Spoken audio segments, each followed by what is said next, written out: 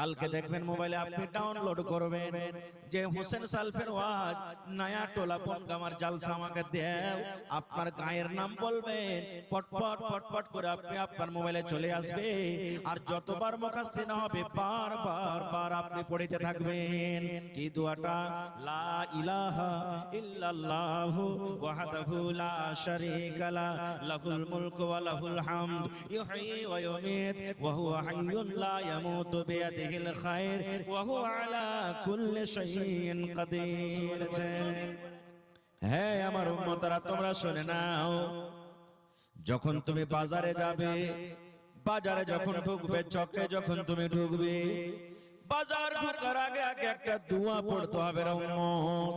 একটা তোমাকে দোয়া পড়তে হবে। দোয়াটা শিখলেন ভালো করে, কাম দিবে জীবনে।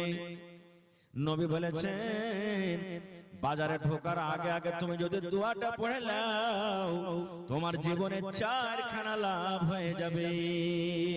কয়টা লাভ হবে? 4টা উপকার হবে, 4টা আপনার লাভ হবে।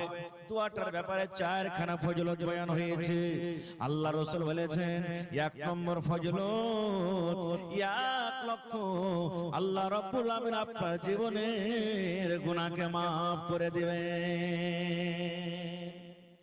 1 লক্ষ 10 লক্ষ গুনাহ আল্লাহ রাব্বুল আমিন maaf করে দিবেন, এবং অতটি আল্লাহ রাব্বুল আমিন আপনাকে নেকি দান করবেন।